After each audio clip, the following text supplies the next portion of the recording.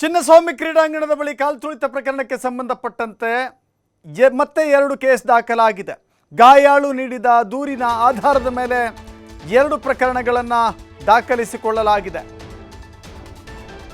ಗಾಯಾಳುಗಳು ನೀಡಿರುವಂತ ದೂರಿನ ಆಧಾರದ ಮೇಲೆ ಮತ್ತೆ 2 ಪ್ರಕರಣಗಳು. ಈ ಹಿಂದೆ ಕೊಟ್ಟಿರುವಂತ ಪ್ರಕರಣ ಖುದ್ದು ಕಬ್ಬನ್ ಪಾರ್ಕ್ ಪೊಲೀಸ್ ಸ್ಟೇಷನ್ನ ಇನ್ಸ್ಪೆಕ್ಟರ್ ಕೊಟ್ಟಿರುವಂತ ದೂರಿನ ಆಧಾರದ ಮೇಲೆ FIR ದಾಖಲಾಗಿತ್ತು. ಇದೀಗ ಗಾಯಾಳುಗಳು ಕೊಟ್ಟಿದ್ದಾರೆ. RCB ಫ್ರಾಂಚೈಸಿ KSCA DNA ಸಂಸ್ಥೆ ಮೇಲೆ ದೂರು ದಾಖಲಾಗಿದೆ. ಗಾಯಾಳು ರೋಲನ್ ಗೋಮೆಸ್ ಎಂಬಾತನಿಂದ ದೂರು ಸಲ್ಲಿಕೆ ಮಾಡಲಾಗಿದೆ.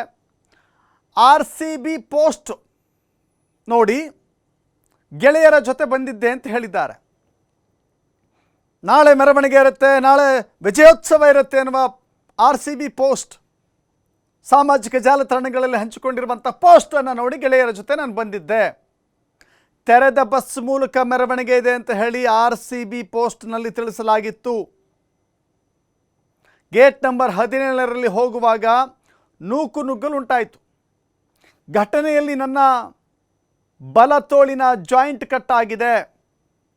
ಆಸ್ಪತ್ರೆಯಲ್ಲಿ ಚಿಕಿತ್ಸೆ ಪಡೆದು ದೂರು ನೀಡಿದ್ದಾರೆ ಗಾಯಾಳು. DCP ಕೇಂದ್ರ ಕಚೇರಿಯ ಕಬ್ಬನ್ ಪಾರ್ಕ್ ಪೊಲೀಸ್ ಠಾಣೆಯಲ್ಲಿ ದೂರು ದಾಖಲು ಮಾಡಿದ್ದಾರೆ. ಇಲ್ಲಿ ಸ್ಪಷ್ಟವಾಗಿ ಗಾಯಾಳು ಕೊಟ್ಟಿರುವಂಥ ದೂರು, ನಾನು ಈ ಸ್ಟೇಡಿಯಂಗೆ ಬಂದಿದ್ದು ಸರ್ಕಾರ ನೀಡಿರುವಂಥ ಆಹ್ವಾನದ ಮೇರೆಗೆಲ್ಲ. ಹಾಗೆ ನೋಡಿದರೆ ಸರ್ಕಾರ ಆಹ್ವಾನ ಕೊಟ್ಟಿಲ್ಲ.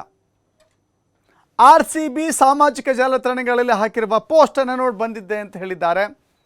ಅದಕ್ಕಾಗಿ RCBದೇ ತಪ್ಪು ಎನ್ನುವ ಹೊಣೆಗಾರಿಕೆಯನ್ನು ಅವರು ಹೇಳಿದ್ದಾರೆ ದೂರಿನಲ್ಲಿ.